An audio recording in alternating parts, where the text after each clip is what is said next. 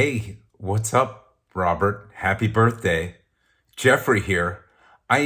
For a long time, we used to say that the only two people who called you Robert were your mom and me. And I don't know if that's still true or if that's a myth, but when I think of you, I just think of you as Robert. So that's what I go with. Now, Sherry reached out to a bunch of people, and Aiden reached out. Brian CC'd me, then Sherry reached out to me directly, and I got to record some kind of video here for your birthday. And as I was reflecting on this, I got a little emotional. I dug up some old pictures. We have been friends in every phase of our life, going all the way back to times that I can't remember.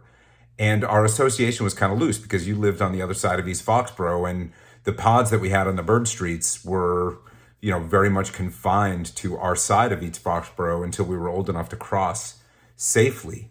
But I remember the first time I knocked on your door or rang the bell. I was not warned that Lightning lived there with you, and I was terrified to hear Lightning barking at me behind the door. It was Sharon who calmed him down. And of course, over the years, I developed this really wonderful relationship with Lightning, who was just as sweet as pie. But he frightened me that first time I rang the bell. And I could tell stories like that all the way through. Believe me, I know you know. I know that you know a lot of these stories.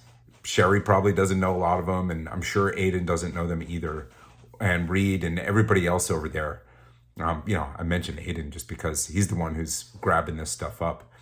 But I could say at Sharon Junior High School, we were in the same pod. I think you were in Miss Bourne's homeroom, and I was with,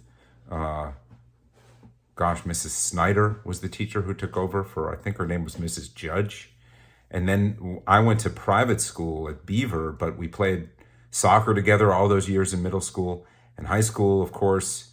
At Sharon High School, you threw me this great going away party. Well, we became really, really good friends that freshman year, and you threw me that great going away party. And I dug this up. I knew right where it was. I think that you were with us the night that Mark Messina got up on Brian's shoulders, or maybe it was your shoulders. And we got this sign, the original Osprey Road sign. Don't let the feds catch us with this, because as my dad said years ago when he found out we'd done it, the feds are onto us and they're going to come and get us for pilfering that sign. Look, I don't know how long I can make this video, but I could go on for a long, long time. I used to visit you out in UMass, you came out to visit me in LA, and we've been friends for all these years. And it just means so much to me to call you my friend and to have a friend like you that's been with me all through my life and all the times that mean the most to me. And I hope that you can say the same when you reflect on our friendship. I was blessed to stand up at your wedding, and you stood up at mine. And, we're in touch. It feels like multiple times a week. Even still today, the phone conversations are less frequent than I wish they would be. But, I'm always just a phone call away. And I know that you are too. I'm going to conclude this video now. I hope this file is small enough to send to Aiden via email. In celebration of your 50th birthday and of our long friendship, I'm going to raise a cream cheese square in your honor. Enid's recipe. We honor her and you every year by making these. Dude, I love you to death. I know you know that. Many, many more, brother.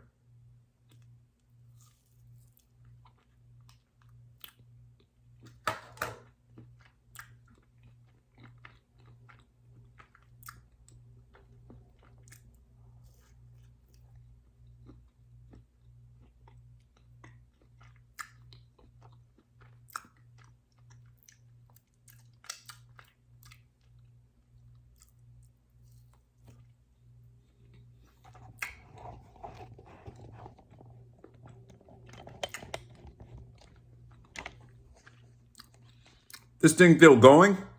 For crying out loud. I thought I was done. Hey, look. I'm looking at my notes. I didn't touch on everything. I didn't touch on all the times you used to come over and hang out at my place in Brookline. And we would go into the city. Right? Come on. I hope that, I'm not going to comment much more on that. But those were really good times. And I love you. So My last bite's going down. Happy birthday.